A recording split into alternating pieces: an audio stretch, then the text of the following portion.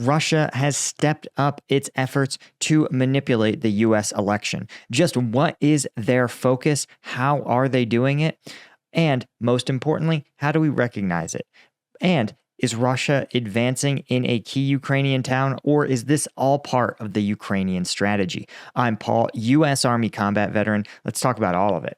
Okay, so first off, taking a look at the control map, there's been two changes that are reported as significant. The first is in the town of Orlivka. You can see Russian forces advancing like a block and a half here, and they have decided at this point to claim victory, claim that they have taken the town of Orlivka. Now, as we've talked about on this channel, Ukrainian forces are not using Orlivka as the defensive line itself. Instead, they are relying on this river and reservoir system that seems to flow from Berdaichi, or actually north of Berdaichi, south past Orlivka, right? And even to the west to Umansky. Now, what you have here is a terrain that favors the Ukrainian advance, right? You could see Berdaichi here and Semenivka. Everywhere to the west is actually quite elevated. So Ukrainians are effectively trying to sit on a hilltop and shoot down at Russian forces. And Orlivka is the lowest of the low ground. You can see four rivers converge on this reservoir that's just west of Orlivka itself. And you can, even if you don't have a map with terrain on it, you can, or contour lines on it, you can infer that rivers generally and water is going to gather at the lowest point. Just like if you, if you flood your lawn with a hose, right? The water is going to pool in the low ground. And so we know that Orlivka is in this low ground here. So while Russia's taking it, it's not really conferring any meaningful tactical advantages. The only other change, of course, is a few acres outside of Verbova, which, as we've talked about on this channel, I think now that Ukraine has kind of accepted that it's not going to break Russian lines in the counteroffensive, there's not much reason to hold this territory, right? The village of Robtina is largely destroyed. And so I think you're going to see them conduct a steady retreat back to more defensible lines in Zaporizhzhia. Now, before we talk about the NSA's detection of Russian election interference efforts, you may want to manipulate your own energy levels. And thankfully, you don't have to depend on shady Russian actors to do it. You have Strike Gum. Strike Gum, right? 0 sugar. So you're not going to get any crazy sugar rush. It's not going to screw up your diet. And it's got 90 milligrams of caffeine in every single piece, as much as a Red Bull, as much as an Amp Energy. And it's just superior in every way. You don't have to go to a gas station and spend $4 on it. You don't have to have a gross looking empty can floating around your car or your gym bag, right? You just pop a piece, chew it, and go. You're in action. And trust me, the people that have tried it love it. We're now on Amazon. A huge thank you to everyone that's left us a review. If you have purchased on Amazon and you haven't, you really should. We really appreciate it. But even better, on strikegum.com, you can get now free shipping on orders up to $40. It's literally, we just did it. It is no code, and it is available until Monday. I'm making sure I don't want to give you guys bad info. Free shipping on Strike Gum on orders over $40, automatic discount all the way through Monday. So again, if you're like thinking about it, or you're one of those guys that purchased, a tray when we did our Christmas discount, you're almost certainly out by now. So now's the time, right? Now that free shipping is back. Anyway, check us out, strikegum.com. Okay, let's talk about the big story, Russia's election manipulation efforts. Now, things are, a little scary, right? Because Russia, we've known that they've tried to influence U.S. elections, right? Generally, they've looked at they've had a couple of objectives that have morphed over time, including supporting extreme candidates on every side of the political spectrum, and encouraging candidates or encouraging the public to support pro-Russian or adopt pro-Russian political positions, right?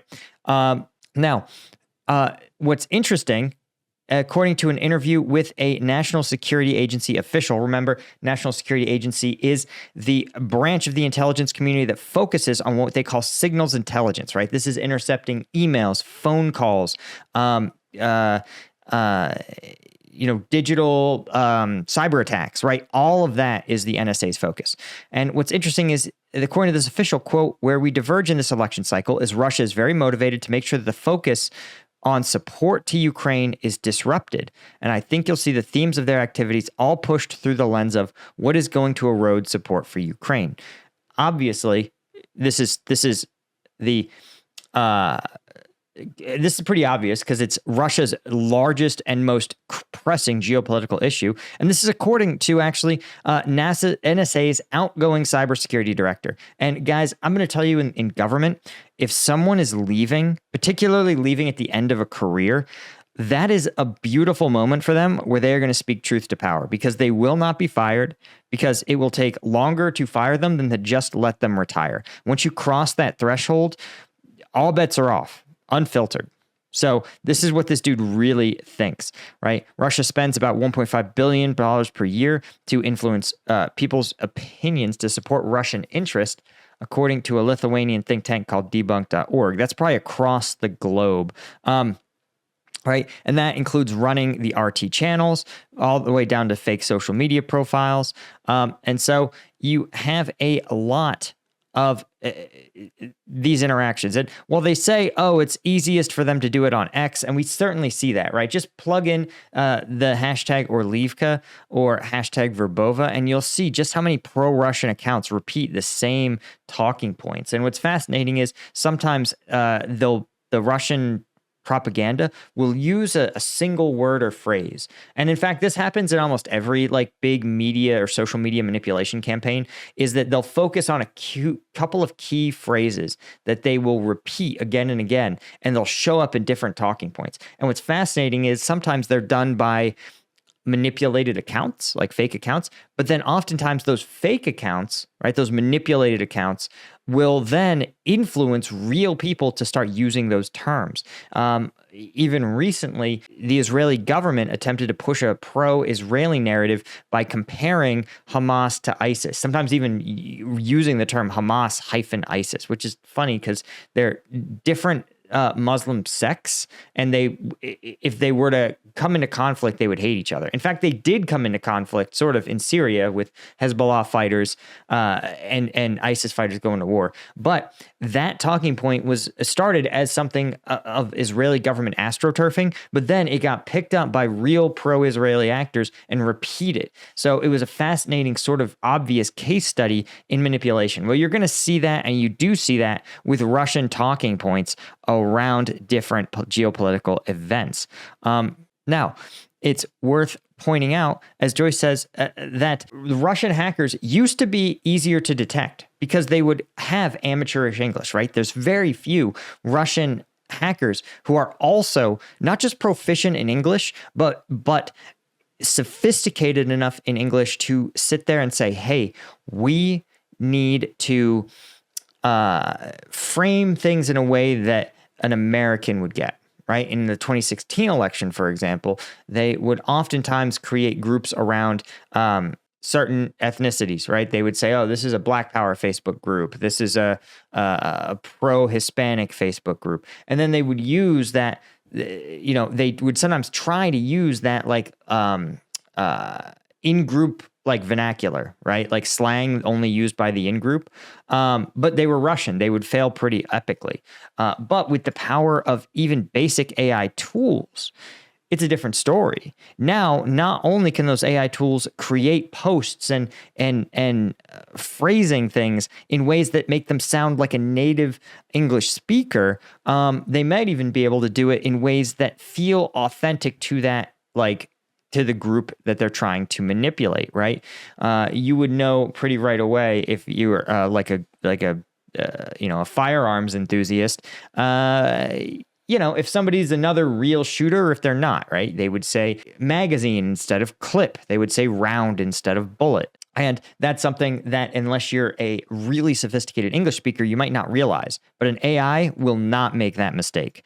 And so Russia is really going to be able to be very authentic, and it's going to make it very hard to tease out the difference between fake and real information, right? Is a real person offering a real political opinion, or is this a Russian troll restating something? And it's pretty scary going into this thing because people will believe a lot of insane stuff, right? And so that, I think, is interesting, right? Joyce pointed out a recent discovery of a robocall in which an AI impersonated Joe Biden and discouraged people from voting in a primary race. And he says, expect there's going to be a lot more like that. So this is if you're wondering, right, I'm not a doom guy. I'm not one of those like the world is ending, but you should be very careful about the information you receive and where you receive it from. There's never been more incorrect, untrue, fake, manipulated, and just propaganda pervading the world, right? They've literally created propaganda machines. So that, guys, is all I had. Thank you so much. Of course, check us out, combatvetnews.com. Thanks to our colonel and lieutenant tier members. Be sure to hit like and subscribe, and check us out at strikegum.com for that $40 free shipping discount. See ya.